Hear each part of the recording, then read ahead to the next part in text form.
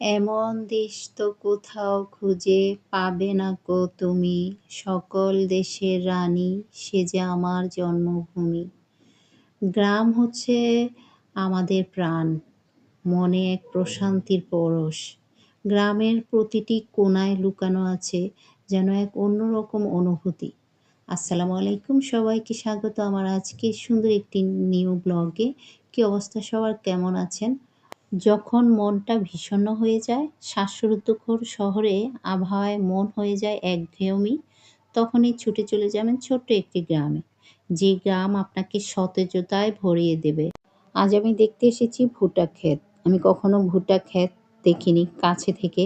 তবে ভুট্টা তো পপকর্ন বা বাজারে ভুট্টা অ্যাভেলেবেল পাওয়া যায়, কিন্তু ভুট্টা গাছ বা ভুট্টা ক্ষেত কখনো দেখিনি। ভুট্টার যে দেখেন ভুট্টাগুলো নিচে হয় আর উপরে ফুল হয়। ভেবেছিলাম হয়তো ফুল থেকে ভুট্টা বের হয়, কিন্তু না, ভুট্টা হচ্ছে নিচে থেকে ধরা শুরু হয় আর ফুলটা হচ্ছে উপরের দিকে। খুবই সুন্দর লাগছে এই ভুট্টা ক্ষেতটা। আর অন্যদিকে টমেটো ক্ষেত একবার তোলানো হয়ে গেছে, এখন আবার নতুন করে তারা টমেটো তুলবে, আবার এক পাশে রোপণ করছে, অন্য পাশে সবজি ফসলগুলো উঠানো হচ্ছে, শাকসবজিগুলো উঠানো হয়ে গেছে, এখানে আলু উঠানো হয়ে গেছে, আবার নতুন করে লাগাচ্ছে দেখেন। আর অন্য পাশে ওই যে ফুলকপি ক্ষেত দেখতে পাচ্ছেন। ফুলকপিগুলো কিন্তু একবার তোলা হয়ে গেছে, আবার এখন ২-১ দিন বা ২-৪ দিনের মধ্যে ফুলকপি তুলবে তারা। যেহেতু ফুলকপির দাম তেমন একটা নাই, ১ পিস ফুলকপি ৫ টাকা করে।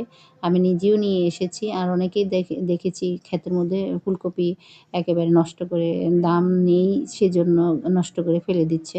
তো যাই হোক, তারা তাদের কিন্তু এই যে তাদের কর্ম তারা ধরে রাখছে, কিছুই তো করার নাই। কৃষকের আসলে মূল্য তেমন একটা দেয় না কেউ। আমাদের হাত অবধি পৌঁছাইতে কিন্তু এর দাম হয়ে যায় ৩০ টাকা ২০ টাকা, কিন্তু তারা এখান থেকে ১ টাকা পিস করে বা ২ টাকা পিস করে বিক্রি করে। তো দেখেন তাদের লাভটা কী হয়। তাদের আসলে এই যে পারিশ্রমিক আসলে সেই অনুযায়ী দেয়া হয় না।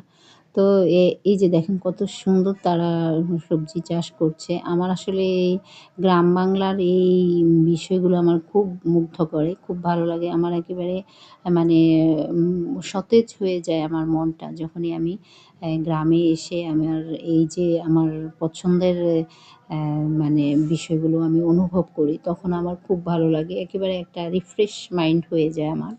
তো এই গ্রামের সবুজ শ্যামল প্রকৃতি আসলে সবাইকেই মুগ্ধ করে। আমরা এখন আইছি একটা কফি খেতে। এই যে আপনারা চাইয়ালন বাচ্চালন, এটা হচ্ছে ইয়া ফুলকপি গাছ। পাকু শাক উঠে গেছে, এই শাকটি আর করে কি শাক উঠে গেছে চাইয়া, আর আমরা শাক নিতে পাইছি আর কি। হ্যাঁ, ও কাকু কি শাক উড়ান? ও বেচবেন নাকি? কত মুড়া, কত বেচবেন? ও শাকটি তো মাশাআল্লাহ বাজারে 10 টাকা করে হাতে। বাজারে কি হেডি হলো ওসা বাসি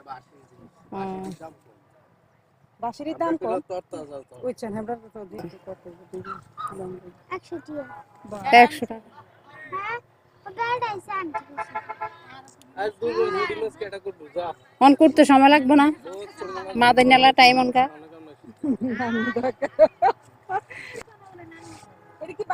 যাই কও বলে না কিনতো না ফুটি মাছ অনকে বিয়েলা অন কেডা খুঁজতে যাইব, তারা অন শাক উড়াইতেছে। আইও কষ্ট করে তোর দিতে বইয়ের যা, তারা এত কষ্ট করে উড়াইয়া কোন কাকু ফাস্টে করে বেচে আপনার কোনো লাভ হইব নি কোন? এটা তো আমরা তো গাড়ি ভাড়া লাগবে না ডাইরেক্ট আপনারা তো আর বেশি দিয়ে নিবেন আমতলা গাড়ি ভাড়া লাগবে তো সামনে যদি হবে না, এটাই তো কথা। লুনতার শাকটা বেশি মজা। কোনটা শাক আছে 10 টাকা করে মুঠা নাকি? আগে না 15 টাকা মোড়া কিনবি নিবি নি? 15 টাকা করে কেমনে কোন 10 টাকা করে দিলে তাও একটা তাই এই বড় করে দাও খায় কাকু, মুঠাটা আর একটু কত বড় করে দিয়েন।